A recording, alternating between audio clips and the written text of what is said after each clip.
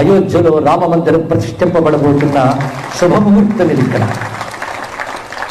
అయితే అద్భుతాలు జరిగిపోతూ ఉంటే మనం గుర్తించం. కానీ ఇప్పుడు ఒక అద్భుతమైన సన్నివేశంలో ఉన్నాం మనందరం కూడా.